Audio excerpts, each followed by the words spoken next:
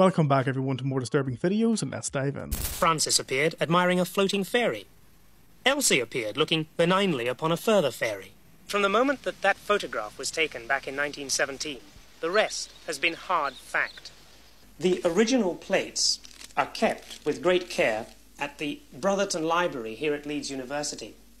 Needless to say, these little rectangles of glass have become the subject of intense investigation by photographic experts over the years. But no one so far has been able to prove the suggestion that they were fakes. In fact, the first photographic expert who looked at them said this: "These negatives are entirely genuine, unfaked photographs of single exposure.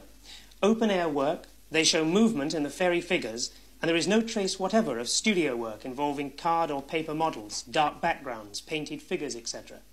In my opinion, they are both straight, untouched pictures." This was a mystery, and mystic to boot. So what more could you want to make the story complete but a real-life maker and solver of the most intricate mysteries? Listen, there are many fairies in this world that are real, but when it comes to these kind of fairies, I don't believe them. Come on, men! Hold me back! Somebody hold me back! We are literally seeing a worst case scenario right now in Florida. We'll go back to that picture in a minute. This is really bad, y'all. I didn't even plan on making another video. It's rapidly intensifying so fast that it's already a 4 and there's room for a 5, like the first video I made. I just had a really weird feeling about it. History literally repeats itself and it's walking right in its old path. Hurricane Helene 1958 became a hurricane on 24th and got crazy on the 26th. Very odd seeing as how it's the 26th right now. And you know how I talk about how you can always see demonic influence in things when there's demonic nature? Look at this thing. It almost looks like an alien demon. Because it's intensifying so quickly, I truly believe it'll become a level 5 before it hits. We still have like an hour or two before it makes landfall. Y'all, this is insane. We even had the Taylor County Sheriff's Office put a post on Facebook saying, if you choose to stay in Florida, even though you had a mandatory evacuation order, write your name on your arm with a Sharpie. Read it a permanent marker that you can be identified and family notified. Your name, your address, everything else. And this is it from upper Earth's atmosphere, of course using a fisheye lens, but you can see how freaking huge it is. So imagine this big and in a category 5. Florida's already going to be destroyed, but I keep talking about Hurricane Ian, how it split Florida and hit the Carolinas. I may be wrong, but this is exactly what I believe it's going to do. Which means it probably hold a category 4 before it hit the Carolinas. I told you the news was underplaying this. If you're in Florida, find somewhere safe. That image does look demonic, but just how much of this storm is being manipulated by weather modifications. But my thoughts and prayers go to everyone in Florida at this difficult time. Tesla's always filming it, but check it out. Tesla deleted the videos. California, 109 outside. Mom seen here goes to charge her Tesla and it locks. Inside the car is her infant baby. This is her swinging, trying to break the window to get to her baby. There was a group of people who were helping her. It took them 6-7 minutes to get into the car. The baby was completely drenched with sweat and she was frantic. She talked to Tesla and initially they said it was probably a software issue that locked your car. And then they dug further and said it wasn't a software issue. But the interesting fact is that when she took it to get serviced at Tesla, out of all the video the car recorded, this is actual footage from the car. The car recorded her pounding on the car trying to get in. They deleted this footage. And when she said, "Why did you delete that footage?" the Tesla service reps didn't say anything. This is just another example of now, like we talked about before, they're going to start using police body cam. Police are no longer going to write reports. They're just going to dock it, and then AI is going to write the reports. Oh, they're just going to delete it here and there. And it's like, what are you talking about? There's no transcripts of anything. And anytime you try to have evidence against them, because AI is available to the public, that's why they're never going to take it away from the public. They're going to say, you used AI. You created this. We didn't fake anything. You are faking it. Let's be honest, it probably was a system issue and Tesla has just removed the video to get rid of any evidence. But the problem I have with AI in the future is it'll be so easy when in the wrong hands and the wrong powers to create and manipulate files and records and video captures and images of you to portray that you're doing something, you know, in a criminal way. All around the world, the same face has been appearing next to the moon at different angles, and nobody knows why this is happening, except for me. Now I'm going to explain this all in just a second, but first check out this video of what appears to be Jesus walking on the sun. And I know there's going to be somebody in the comment section that says, no, this isn't happening anywhere. Well, here's a video of Mexico. And here's Miami, Florida. You can see his face right at the top there. Here's another sighting in London, over on the right there. He's got the same facial features as everywhere else. Here's probably the clearest video of it in Scotland. And here's the most famous video of it from back in February, which got 26 million views. This shows it like the clearest out of any of them. And this face is also much bigger. And why this is all happening is either one of two things. Project Bluebeam, where if you don't know what that is, you've been living under a rock this whole time, but it's basically when the government puts holograms up in the sky to create a false alien invasion so that they can create a one world government. Or two, they are giants from beyond the ice wall that are so big that their face looks like the same size of the moon, and they are just watching for something big to happen on Earth, which is what I've been hearing from people lately, that there's some sort of thing that's happening on Earth that only happens once in a million years. But I think it's more likely just to be a hologram in the sky to create mass hysteria around the world. What is your own thoughts when you see this face beside the moon? Do you think that it is part of Project Bluebeam, or do you feel that it's maybe, generated in some way? Or do you think that we're actually seeing like the veil being lifted and we're starting to see times change? Oh, would you look at this? Yeah, well. Would you look at that? Yeah, there's 3, 2, 3. Whoa! That was good. That was amazing. How do you guys feel? All I did is I counted out my money. What's that appear to be? 5 $1 bills. Show you both sides so you don't get nothing confused. Looks like what? 5 $1 bills. What if I told you they were hundreds? You would say what? No. No, but if you quit looking at the back, look at the front. That's where they're all hiding. All 5 of them are now hundreds. What the fuck? You niggas not talking about shit. Watch how trained my cup is. My cup come to me. Hold on, come on, keep coming, baby. Yeah, keep coming. My shit come to me. Yeah. Oh shit, it's coming for real. When my firework went up in the sky, this is what I seen.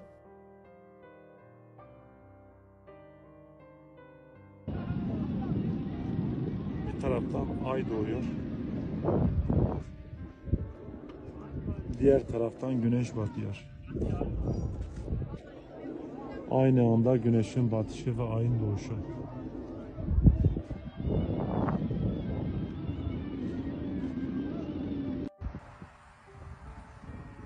I've seen some really creepy stuff, but nothing like this.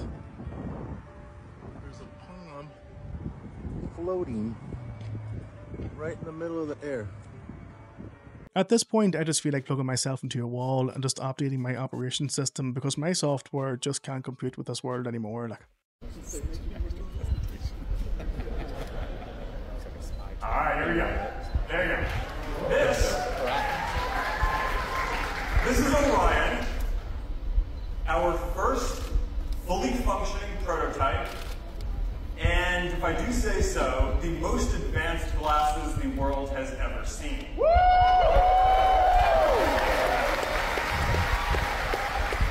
Now, about a decade ago, I started putting together a team of the best people in the world to build these glasses. And the requirements are actually pretty simple. But the technical challenges to make them are insane. They need to be glasses. They're not a headset. No wires. Less than 100 grams. They need wide field of view, holographic displays. Sharp enough to pick up details. Bright enough to see in different lighting conditions. Large enough to display a cinema screen or multiple monitors for working wherever you go, whether you're in a coffee shop or on a plane or wherever you are. And you need to be able to see through them. And people need to be able to see through them too and make eye contact. Right? This isn't pass-through. This is the physical world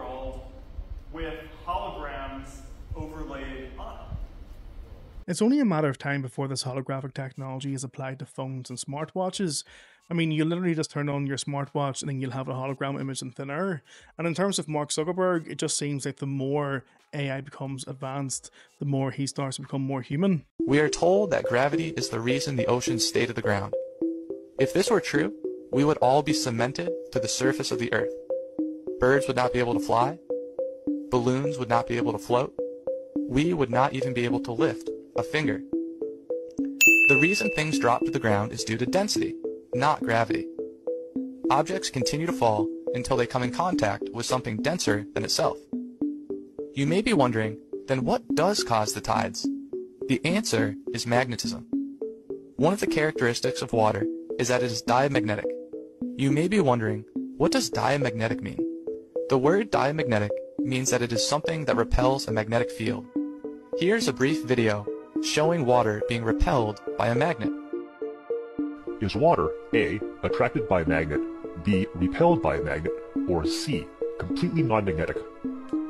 Most of you will answer C, and you wouldn't be wrong. After all, in everyday life, you'd notice nothing unusual about water magnetism. But interestingly enough, the correct answer is B. Water is actually slightly repelled by a magnet. This anti-magnetic property is called diamagnetism. However, the effect is extremely weak. That's why most people don't know it's there. To see it, we need to build an extremely sensitive detector. Luckily, this is brutally simple. Just get a basin of water and put into it a styrofoam block. It's going to move around a lot, but this is actually a good thing. The styrofoam floats, and because it's so light, even the smallest force will push it around. So try and build this away from drafts and moving air, and be careful that your own breathing doesn't disrupt it. The water helps to dampen any stray motion. Now get a test tube and fill it with water and push it into the center of the styrofoam.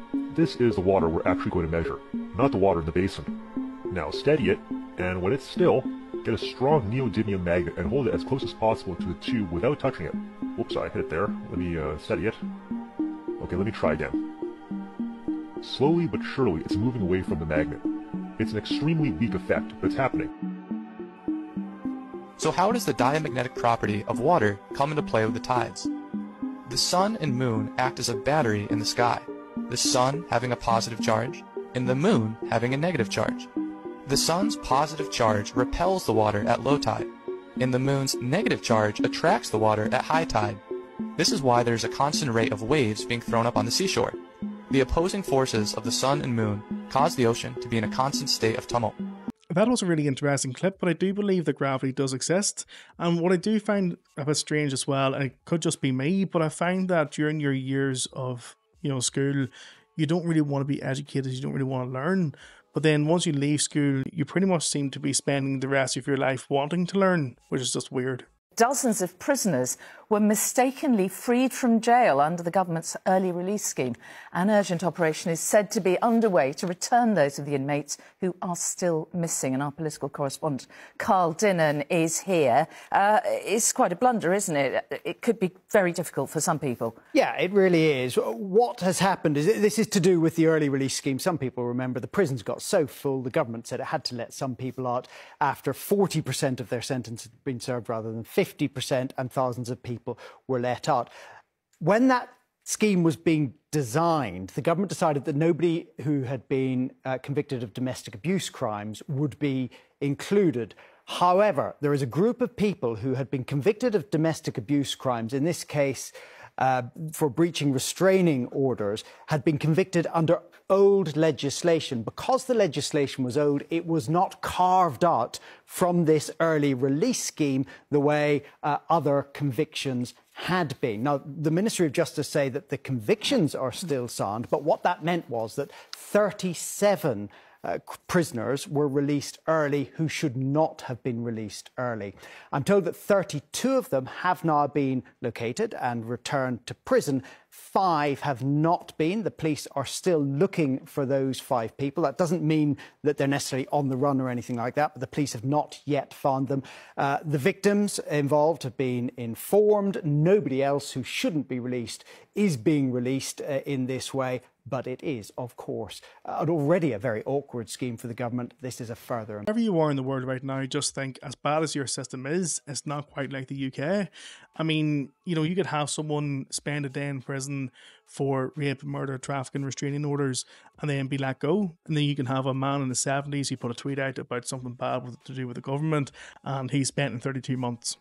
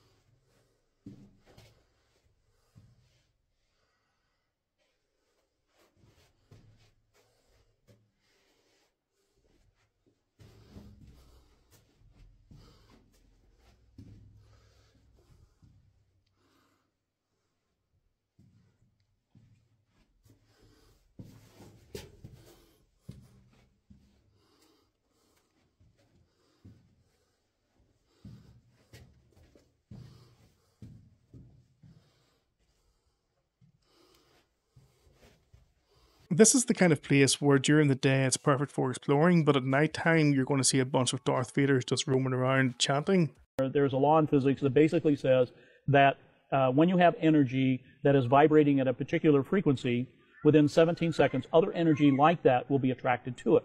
So if I'm having a positive thought or a negative thought, then what happens is that energy is attracted to it. I have other thoughts that are like that thought.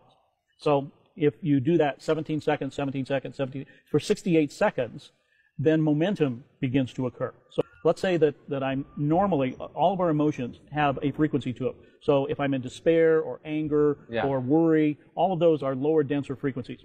You get into things like contentment, happiness, joy, love. Those are higher, faster frequencies. So let's say that I normally live in contentment. And that's my set point, because that's where I live. I think about that all the time. That's what my makeup is, that sort of thing. So I'm driving down the highway. All of a sudden, a car cuts me off, and I get angry. So now I'm in the lower, denser frequencies. And so then I go back to the office, and I'm telling all my colleagues, here's what happened. This knucklehead cut me off. Go home, tell my wife that. What am I doing? I'm vibrating angry energy. So I go to the supermarket, and there is somebody in line. I have 3 items, and I'm getting in line, and somebody ahead of me has 38 items. And the guy that's running the cash register, it's his first day, and he's not doing very well. He's very slow. Is that a coincidence? No, it's something for me to get angry about. So I'm attracting into my world whatever it is that I'm vibrating. So where my thoughts are, that's what's creating my reality. So when you get one of those rare occasions when something goes wrong, for example, like an unexpected bill, and you're like, okay, I can deal with this, and then 15, 20 minutes later, something else happens, that's negative. And then all of a sudden, as the day proceeds, you've got like 12 or 15 different things that's just happening to you negatively. So is the reason because of your energy, your frequency and vibrations attracting that to you, or is it just because it's one of those days? Speak English.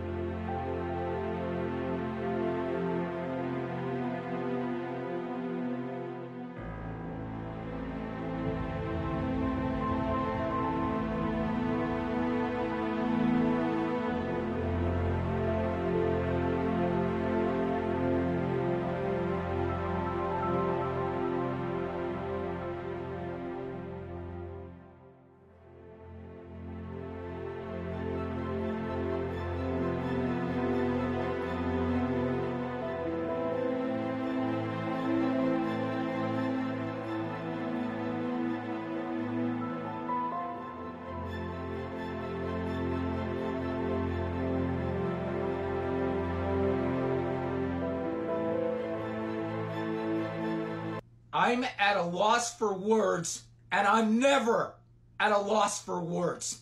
This is Jessie Peterson. She took herself to the hospital in April 2023 because she was having a diabetic emergency. Called her mom. Said, Mom, I'm in the hospital. I'm having this diabetic emergency. Mother calls the hospital 2 days later to check on her. The hospital says she checked herself out. They told her they wanted her to stay, but she checked herself out.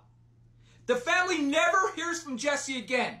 Missing flyer persons out there, putting flyers out, looking for her, searching for her. Missing person. A year passes and the hospital tells the family that she actually passed away, and they forgot to tell them, and they put her body in storage. You got to be effing kidding me. What the F happened here? Folks, this is a horror story. What do you guys think in the comments? This is crazy. If you contacted a hospital and they said that your daughter checked out, only for a year later for them to approach you and say, sorry, your daughter actually passed away in hospital, but we did put her in storage, then that's a sign to me that there was serious foul play and that they're definitely trying to hide something. So this is a bit of an emergency broadcast regarding the digital IDs. Yesterday in Canada, Justin Trudeau met with all of our provincial premiers and basically told them that we will not be able to get funding for our healthcare unless the premiers agree to the digital IDs. I will show all the proof. Now, those of you who think that digital IDs are great, they are not. Let me show you what these digital IDs will actually entail when it comes to control. Here's an overview basically of everything that will be included into digital IDs. This can be found on the WEF website and also on all of the provincial and government websites. You will have healthcare. You will not be able to access any healthcare without this digital ID. Financial system. You will actually not even be able to carry out bank accounts or carry out anything online regarding financial transactions. Food and sustainability. This says for farmers and consumers, you will not be able to get into stores. You will not be able to even sell anywhere. Once they have this system in place, this is where the digital currency will come in. Travel and mobility. We saw that with the Arrive scam app. Humanitarian responses, which is basically just garbage. It's in case something happens, they will be able to track and find you, including if you don't want anything injected in your body. E-commerce. You will not be able to shop online.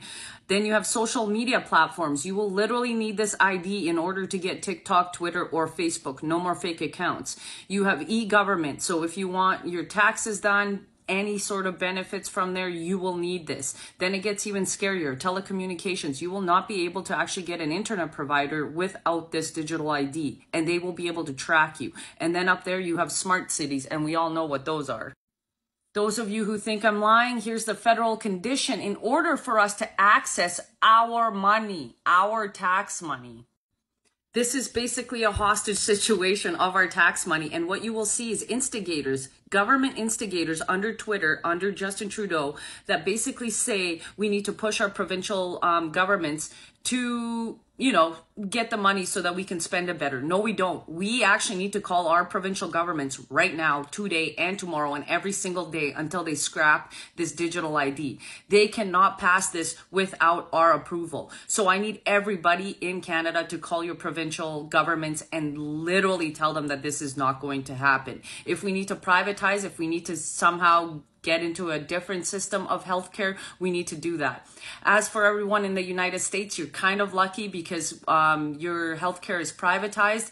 There's also a lot more internet providers, some that will not go along with it because of capitalism. So your money is actually speaking a lot louder in the United States. But Canada, this is coming down the pipeline, and it's coming down the pipeline fast, and we need to act. I'm sure this worries you guys to some extent as well, but I do feel that this ID will become the norm in the next 10 to 15 years, except for maybe Poland. But gone are the days where you would just go to a shop, not worry about facial recognition, pay by cash, and then on the way out bump into like Mary and have the crack, you know what I mean? And I think like once this ID comes into fruition, everything's going to be tracked. I mean, from our footsteps to what we do, to what we consume, the calories, everything, our interests, everything is going to be monitored and tracked, and that is not going to be a life for anyone.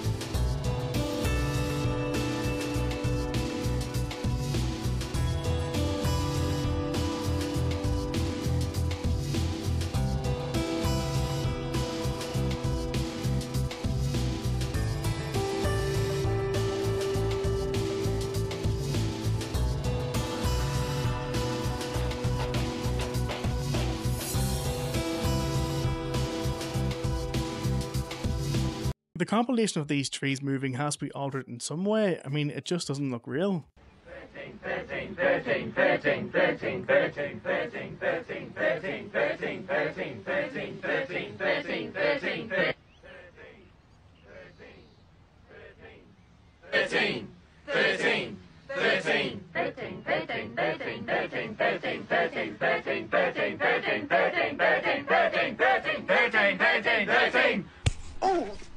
14, 14, 14, 14, 14, 14.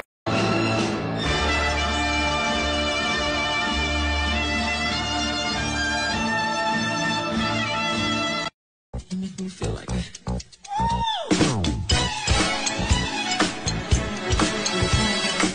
If you haven't already, smash that like and subscribe button, and I hope to see you again on the next video.